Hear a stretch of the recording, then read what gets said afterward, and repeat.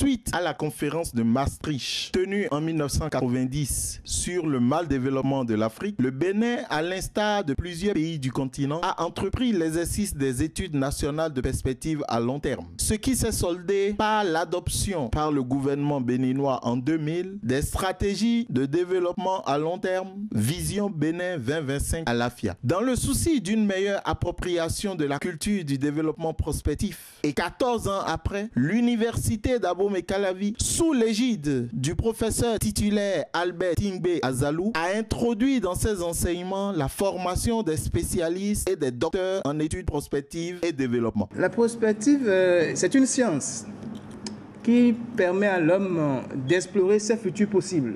Et la prospective lui donne en même temps la capacité de concrétiser les changements souhaités par rapport à ce futur désiré. La prospective n'est pas de la magie. D'aucuns croient qu'il suffit de rester dans les quatre murs de sa chambre, de consulter par exemple le Fa ou d'être un voyant à l'aune d'une boule de cristal pour dire ce qui va se passer et qu'ainsi on est en train de faire de la prospective. La prospective n'est pas ça.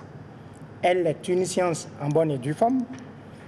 Elle a un objet d'étude, elle a une démarche et une méthode et elle a une façon d'être appliquée pour pouvoir produire des résultats. Les premiers spécialistes produits ont constitué l'Association béninoise des spécialistes du développement prospectif, l'ABCEP. L'ABCEP a pour mission de mettre la réflexion prospective au service du développement de la personne humaine, du développement humain durable, des entreprises, des collectivités locales, des institutions étatiques et non étatiques. Ainsi, elle a organisé le 7 avril 2018 une conférence débat sur la place de la prospective dans le système de planification du développement national. Le Bénin a choisi 25 ans, 2001-2025. Pendant ce temps, d'autres pays ont choisi 20 ans, d'autres ont choisi 30 ans. Nous, on a choisi le temps d'une génération. Une génération, telle qu'elle a été convenue, c'est 25 ans. Donc on s'est dit, le développement sur 25 ans, c'est bon d'y réfléchir. Et donc nous avons élaboré plusieurs scénarios qui sont partis, bien entendu, des aspirations des populations. Donc nous avions satisfait à des besoins. Maintenant, on a dit il faut satisfaire aux aspirations. Comment envisageons-nous l'avenir du Bénin 2025 ? 16 mai 2018, cette même association réalise un panel sur la pratique du développement prospectif au Bénin, enjeux et défis. Pour l'occasion, 4 panélistes ont été invités. Il s'agit de M. Faustin Kokou-Agbeti, président du Conseil national de l'ABCEP, M.